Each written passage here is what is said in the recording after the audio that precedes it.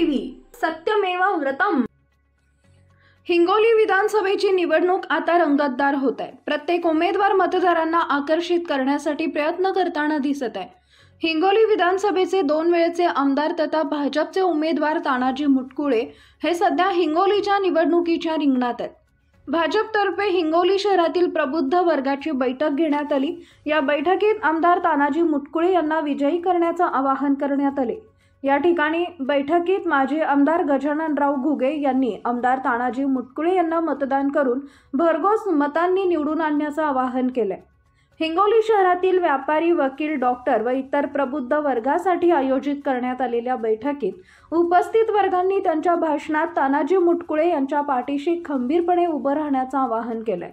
आमदार तथा भाजप उमेदवार तानाजी मुटकुळे यांनी आपल्या भाषणात सांगितले की मी मागील 10 वर्षात हिंगोली विधानसभा मतदारसंघाचा विकास केलाय। उर्वरित विकास करण्यासाठी पुढील 5 वर्षाचा कालावधी लागणार आहे। यावेळेस बोलताना तानाजी मुटकुळे यांनी त्यांच्या कार्यकाळात केलेल्या विकास कामांचा पाढाच वाचला। शिवाय तानाजी मुटकुळे यांनी उपस्थितांना एक प्रश्न केला की माझ्या कार्यकाळात माझ्याकडून कोणाला त्रास झाला आहे का? जो थोडाफार त्रास होता तो त्रास मी दूर केलेला आहे, त्यामुळे मला मतदान करून निवडून आणावं असं आवाहन तानाजी मुटकुळे यांनी यावेळी केलंय।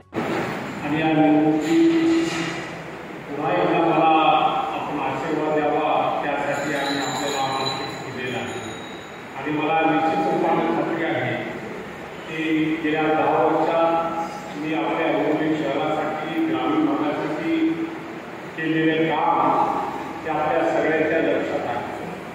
2014 साली हिंगोली शहर कसं होतं आणि आज काय आहे ही परिस्थिती आपण सर्वजण जाणता। रेल्वेचं काम असो, रस्त्याचं काम असो, ती कामं अत्यंत इमानदारीपूर्वक आणि निष्ठेने करण्याचा आम्ही प्रयत्न केला। एलटीसीमध्ये जाता मोटरसायकल घेऊन ते सुद्धा पूर्वपात देण्याचं काम आम्ही केलेलं आहे। अनेक कामं करण्याचं भाग्य मला मिळालं। हिंगोली जिल्ह्याचा सिंचनाचा अनुशेष परभणीतून वेगळा करून त्यावर 15,000 हेक्टर सिंचनाचे मांडणीकरण केल्याचं काम सुद्धा मागील 5 वर्षांमध्ये मी केलं। आणि केळाडी नदी 60 किलोमीटर बंधारे बांधून आज नदी 60 किलोमीटर पाणी साचलेलं आहे। गावागावातल्या नद्या पूर्ण त्यावर बंधारे बांधण्याचं काम ते सुद्धा मला करता आलं। विजेच्या संदर्भात आपले 132 केव्ही फक्त हिंगोली होतं। या हिंगोली तालुक्याचा आणि शिंदगाव तालुक्याचा कारभार हिंगोलीच्या 132 सुद्धा होता। पण गेल्या अनेक वर्षापासून रखडत पडलेला आमचा कोळसा 132 केव्ही हे सुद्धा कार्यान्वित करून गेल्या 5 वर्षापूर्वी मी त्याचा लोकार्पण केला। आणि आता तिसरं आमच्या सौदा येथे 132 केव्ही मंजूर करून आता त्याचं टेंडर सुद्धा झालेलं आहे। म्हणजे विजेची मागणी वाढू लागली, आता सिंचन क्षेत्र वाढू लागले। सिंचन क्षेत्रात शेतकरी आपला सगळ्यांचा आर्थिक कणा आहे आणि शेतकरी जर टिकला नाही तर काय बाजारपेठ काय ह्यांच्या सगळ्या आपल्या काय करणार नाही। वस्तूच्या बाजारपेठेमध्ये आणि आपल्या बाजारपेठेमध्ये एवढा मोठा फरक आहे। कारण तुमची बाजारपेठ त्या भागातलं इरिगेशन, त्यामुळं तुमची बाजारपेठ अत्यंत चांगल्या प्रकारची आहे। हिंगोली शहरात आपल्या सगळ्यांचं दैवत असलेलं जलेश्वर ह्याचा एक प्रश्न अनेक वर्षाचा पेंडिंग पडला होता, तो सुद्धा आम्हाला करताना आज त्याचं प्रॉपर झालेली आहे। भूताचा अतिक्रमण हटून तिथं पाथवेचं काम सुद्धा आता सुरू होऊ लागले। त्याचबरोबर तिथं अनेक कामं आम्हाला करायची। 1 लाख टिप्पर आणि 50,000 ट्रॅक्टर एवढं या उन्हाळ्यात आपण मला आणखी 25% गाड्या तलाव आहे। या वर्षात ते सुद्धा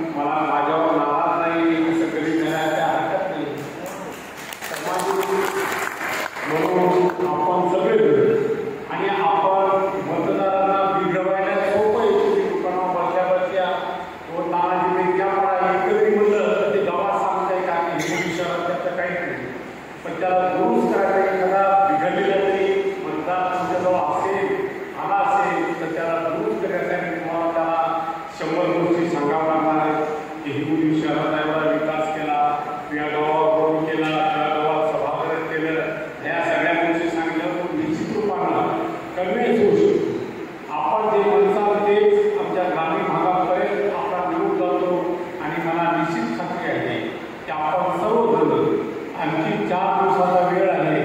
या 4 दिवसात माझे प्रचार करून काम करताल अशी प्रार्थना आपल्याला करतो. आणि उद्या दुपारी 12 वाजता या देशाचे गृहमंत्री अमित भाई शहा हे रामलीला मैदानावर सभेसाठी येणार आणि आपण सुद्धा 12 वाजता त्या सभेसाठी यावे. पुढच्याची गोष्ट आम्ही केलेली आहे. त्यामुळे आपण काही चिंता करू नका.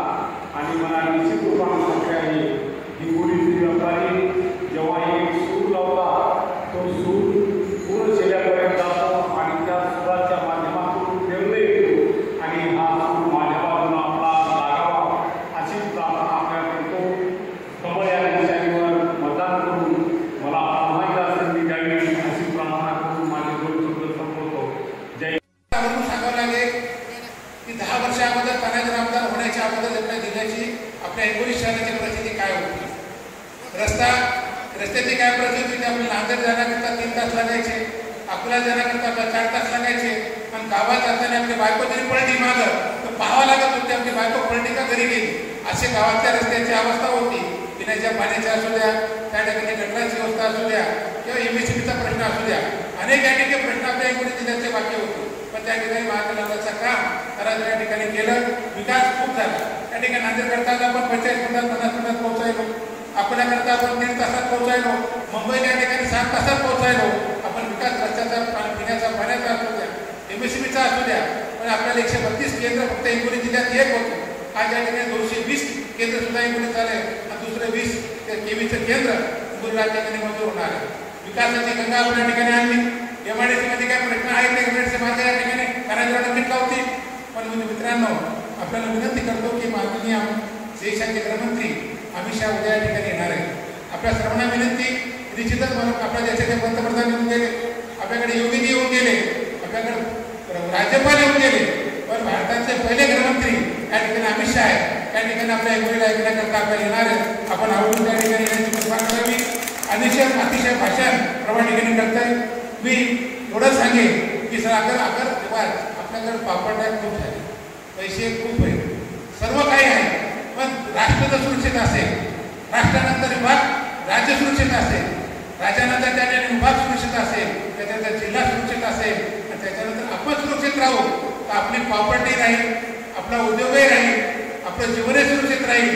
पण देश जर सुरक्षित नसेल, राज्य सुरक्षित नसेल, जिल्हा सुरक्षित नसेल मित्रांनो, आपण कमवलेला आपल्या हातात राहील की नाही याची गॅरंटी नाही. म्हणून तुम्हाला माझी कळकळीची विनंती आहे, येणाऱ्या काळामध्ये याच्याकरता आपल्याला भारतीय जनता पार्टी युतीचं सरकार आणणं तितकंच महत्वाचं आहे. म्हणून मला तुम्हाला नम्रतेची विनंती आहे, राज्य आणि जिल्हा आणि आपण या ठिकाणी सुरक्षित ठेवायचं असेल तर भारतीय जनता पार्टीचे आणि युतीचे अधिकृत उमेदवार तानाजीला ठिकाणी निवडले असेल. रायला उमेद आपला जो विकास आहे, तानाजीला आपण आमदारचा 2 वेळा केलंय. पण ही संधी आहे आता नामदार करायची. पण नामदार झाला कार्यकर्ते, व्यापारी आम्हाला तरी विसरू नका साहेब. थोडेफार विसरले तर आम्हाला ही अडचणीची वेळ विकास केल्याच्या नंतर अडचण येऊ शकते की तुम्हाला मला वाटतं जाणवायची. येणाऱ्या काळामध्ये आमदार झाल्याच्या नंतर आपण हिंगोली जिल्हा कसा पुढे नेण्यात येईल आपण या ठिकाणी सर्व व्यापारी गण आहे. आपण एवढे बसलेले पण आम्हाला माहीत आहे. आपण जर विचार केला तर आपण सगळं या मतदारसंघामध्ये आपण आमदार घडू शकतो. आणि घडवायचं काम मित्रांनो आपल्याला 20 तारखेला करायचं आहे. माझ्या सर्वांना कळकळीची विनंती आहे, आपण एक दुकानदार म्हणजे 1000 मताचा मालक, एक दुकानदार 1000 मताला बोलू शकतो.